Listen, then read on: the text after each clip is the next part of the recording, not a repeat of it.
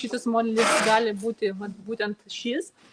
Beje, į šitą modelį telpa net, visų pirma, užrašų knyga didelė, užrašų knyga, plus nešiojamas kompiuteris. Čia yra toksai grinai oficinis, elegantiškas modelis. Kodas jo PG122. PG122. Kaip atrodo jos vidus? Žinoma, yra ilgas odinis diržas reguliuojamas.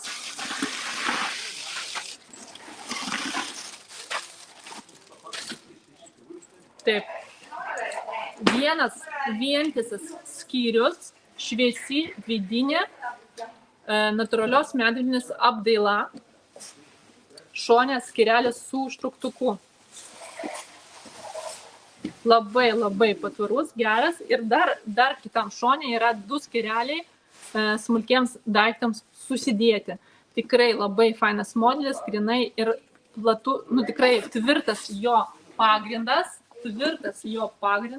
tai turėkite omeny, labai fainas modelis, grinai prie klasikinių drabužių, kaip darbinis variantas. Dokumentams susidėti, pietų dėžutę susidėti ir netgi nešiojama kompiuterį. Kokių spalvų šito modelio yra? Tai juoda spalva, šviesiai mėlyna spalvytė,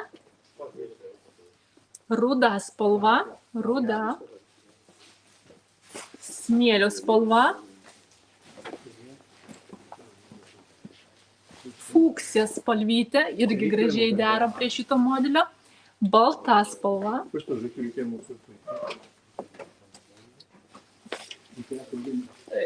žalia spalvytė, beje, čia parodytas su dirželiu, kaip atrodytų, tai galite užsidėti ir ant peties, žinoma.